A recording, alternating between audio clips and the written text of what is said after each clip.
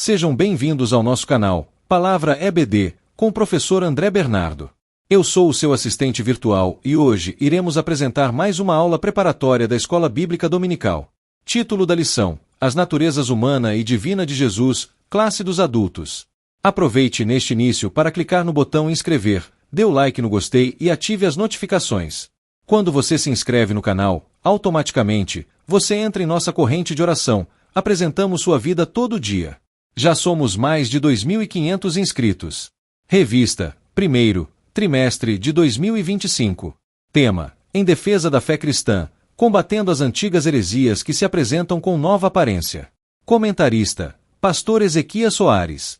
Vamos analisar nosso mapa mental, apresentando toda a estrutura da lição para você memorizar e se localizar durante a ministração da aula ou para acompanhar. Iniciamos com o texto áureo. Dos quais são os pais, e dos quais é Cristo, segundo a carne, o qual é sobre todos, Deus bendito eternamente. Amém. Romanos, capítulo 9, verso 5.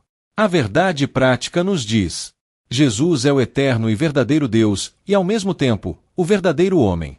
A leitura bíblica em classe será feita nas cartas de Romanos, capítulo 1, versos 1 a 4 e carta aos Filipenses, capítulo 2, versos 5 a 11. Primeiro ponto: o ensino bíblico da dupla natureza de Jesus. Objetivo deste ponto: apresentar o ensino bíblico da dupla natureza de Cristo. Assunto 1. Descendência de Davi segundo a carne. Assunto 2. Declarado Filho de Deus em poder. Assunto 3. O antigo hino cristológico. Segundo ponto: as heresias contra o ensino bíblico da dupla natureza de Jesus. Objetivo deste ponto: mostrar as heresias contra esse ensino, nestorianismo e monofisismo. Assunto 1. Quem foi Nestório? Assunto 2. Nestorianismo. Assunto 3. Monofisismo. Assunto 4. O Concílio de Calcedonia. Terceiro ponto: o perigo dessas heresias na atualidade. Objetivo deste ponto: identificar o perigo dessas heresias hoje. Assunto 1. Os monofisitas. Assunto 2. O kenoticismo. Do verbo grego keno, significa esvaziar. Assunto 3. Mariolatria. Vamos ler a introdução da revista. Uma vez estabelecida definitivamente a Cristologia em Niceia, 325, e a Trindade em Constantinopla, 381, surgem novas especulações teológicas em torno das naturezas de Cristo, humana e divina. Essas controvérsias deram origem ao Concílio de Calcedonia, 451, hoje um bairro de Istambul, na Turquia. A presente lição é sobre o nestorianismo e monofisismo, dois pensamentos considerados heréticos no Concílio de Calcedonia. Vamos analisar a palavra-chave proposta na lição, que é natureza. A palavra natureza tem vários significados, dependendo do contexto. Aqui estão duas deles. Essência do ser, a substância ou qualidade essencial que define algo ou alguém. Características humanas, conjunto de traços psicológicos e espirituais que caracterizam uma pessoa. Primeiro ponto: o ensino bíblico da dupla natureza de Jesus. Assunto 1. Descendência de Davi segundo a carne.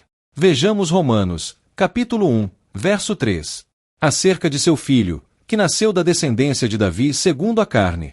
A revelação de Jesus, como filho do homem. O apóstolo está se referindo aos ancestrais de Jesus. Ele veio de uma família humana de carne e ossos, que vivia entre o povo de Israel. Jesus foi concebido no ventre de Maria, uma virgem de Israel, pelo Espírito Santo. Lucas, capítulo 1, verso 35. E, respondendo o anjo, disse-lhe: Descerá sobre ti o Espírito Santo, e a virtude do Altíssimo te cobrirá com a sua sombra. Por isso também o santo, que de ti há de nascer, será chamado Filho de Deus. Assunto 2. Declarado Filho de Deus em poder. Vejamos Romanos, capítulo 1, verso 4. Declarado Filho de Deus em poder, segundo o Espírito de santificação, pela ressurreição dentre os mortos, Jesus Cristo, nosso Senhor. A revelação de Jesus, como Filho de Deus. Essa expressão indica a divindade de Jesus, reforçado pelas palavras Jesus Cristo, nosso Senhor. Romanos, capítulo 9, verso 5. Dos quais são os pais, e dos quais é Cristo segundo a carne, o qual é sobre todos, Deus bendito eternamente. Amém.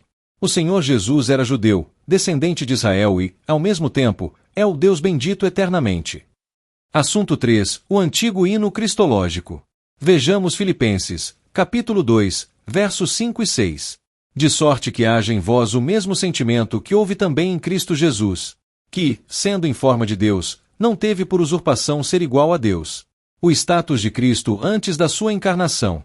O texto explica que, embora Jesus seja Deus, ele não usou as prerrogativas da sua divindade durante seu ministério terreno.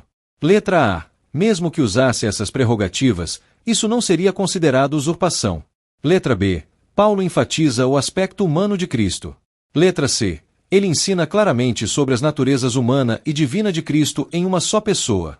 Letra D. O termo grego morph, forma, indica uma essência imutável, então Jesus nunca deixou de ser Deus. Segundo ponto. As heresias contra o ensino bíblico da dupla natureza de Jesus. Assunto 1. Quem foi Nestório? Ele foi bispo da igreja em Constantinopla entre 428 e 431. Quais as contribuições de Nestório à igreja? Nestório discordava do título dado a Maria, defendido por Cirilo de Alexandria, 376-444, Mãe de Deus, em grego Theotokos, portadora de Deus. Ele sugeriu receptora de Deus. O que Nestório reconhecia sobre Maria? Maria foi a mãe do Jesus humano, Mateus, capítulo 2, versos 11, 13, 14, 20 e 21, e não mãe de Deus, visto que Deus é eterno e Jesus sendo Deus, Maria não poderia ser a mãe de Deus. Salmo, capítulo 90, versos 2 e capítulo 93, versos 2, Isaías, capítulo 40, verso 28. Assunto 2, Nestorianismo. O que Nestório defendia? Letra A. A formulação dos pais nicenos. Homens importantes na defesa do credo niceno. Letra B. A divindade de Cristo e a humanidade definida no credo. Documento que expressa as crenças fundamentais do cristianismo ortodoxo. Letra C. Defesa da ideia de que Jesus possuía duas naturezas, humana e divina. Qual foi o seu argumento para essa ideia? O argumento encontrado para confirmar as duas naturezas de Cristo foi em Gênesis, capítulo 2, verso 4, comparando as naturezas de Cristo com a formação da família, homem e mulher serão uma só carne. Qual foi o resultado de suas ideias e seus argumentos? Essa alegada afirmação nestoriana foi considerada heresia pelo Concílio de Éfeso em 431, ele foi condenado por esse concílio que o declarou herege, sendo exilado. Assunto 3. Monofisismo. O termo vem de duas palavras gregas monos, único, e phys, natureza. Ou seja, natureza única. Essa doutrina afirma que as duas naturezas de Cristo são fundidas em uma só natureza. Chama-se natureza amalgamada. O sentido de amalgamar não se trata de unir, não se trata de união, mas mistura, fusão, assim, seria uma natureza híbrida, nem totalmente Deus e nem totalmente homem. Qual o resultado dessa heresia? Essa heresia foi condenada no Concílio de Calcedonia, em 451. Qual a resposta bíblica a essa heresia? O Senhor Jesus é perfeito quanto à divindade. Romanos, capítulo 9, verso 5. O Senhor é perfeito quanto à sua humanidade. Filipenses, capítulo 2, versos 5 a 11. Assunto 4. O Concílio de Calcedonia. O Concílio da Calcedonia foi um marco importante na história do cristianismo, pois estabeleceu uma doutrina fundamental sobre a natureza de Cristo que influenciou a teologia e a cristologia. O que foi discutido e definido nesse concílio? A formulação teológica das duas naturezas de Cristo em uma só pessoa. 1. As propriedades de cada natureza permanecendo intactas, concorrendo para formar uma só pessoa e subsistência. 2. Não é dividido ou separado em duas pessoas, mas um só e mesmo Filho unigênito, Deus Verbo, Jesus Cristo Senhor. 3. A encarnação do Verbo não sendo uma conversão ou transmutação de Deus em homem e nem de homem em Deus. 4. A distinção precisa entre natureza e pessoa, diz o documento. 5. A união dessas duas naturezas sendo permanente como resultado da encarnação. 6. O documento faz uma interpretação precisa das Escrituras. Isaías, capítulo 9, verso 5. João, capítulo 10, versos 30 a 37. Terceiro ponto. O perigo dessas heresias na atualidade. Assunto 1. Os monofisitas. Quando a doutrina monofisista foi rejeitada juntamente com o nestorianismo, houve reação. Jacob Baradeus, 500 a 578, um monge sírio, liderou o grupo monofisista e preservou a tradição ciro-monofisista, conhecida como tradição jacobita. Ele e seus seguidores rejeitaram a decisão do Concílio de Calcedonia. Quem são eles hoje? São igrejas ortodoxas, que rejeitaram as decisões do Concílio de Calcedonia, mantendo sua doutrina monofisista. Principais igrejas ortodoxas orientais. Igreja Ortodoxa Copta, no Egito. Igreja Ortodoxa Etíope Tevaedo, na Etiópia. Igreja Ortodoxa Eritreia Tevaedo, na Eritreia. Igreja Ortodoxa Síria, na Síria. Igreja Apostólica Armênia, na Armênia. Igreja Ortodoxa Síria Malankara, na Índia. É importante saber quem são essas igrejas para respondermos seus questionamentos e, sobretudo, conservar a fé em Jesus, o Deus que se fez homem, o Emanuel. Deus conosco. Mateus, capítulo 1, versos 23. O Deus que se manifestou em carne. Primeira carta a Timóteo, capítulo 3, verso 16. Assunto 2. O kenoticismo. Do verbo grego keno, significa esvaziar. Vejamos Filipenses, capítulo 2, verso 7. Mas esvaziou-se a si mesmo, tomando a forma de servo, fazendo-se semelhante aos homens. A doutrina quenótica afirma que Jesus, enquanto esteve na terra, esvaziou a si mesmo dos atributos divinos. A ideia central do kenoticismo é que Jesus, ao se tornar humano, esvaziou-se de alguns de seus atributos divinos, como a onipotência, a onisciência e a onipresença, para viver como um ser humano autêntico. Mas Jesus revelou sua natureza divina quando esteve na terra.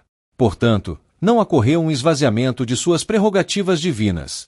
Ele agiu como Deus, pois perdoou pecados. Ele agiu como Deus, quando recebeu adoração. Ele agiu como Deus, quando repreendeu a fúria do mar. Portanto, somente um Deus possui esse poder. Nenhum outro há. Assunto 3. Mariolatria.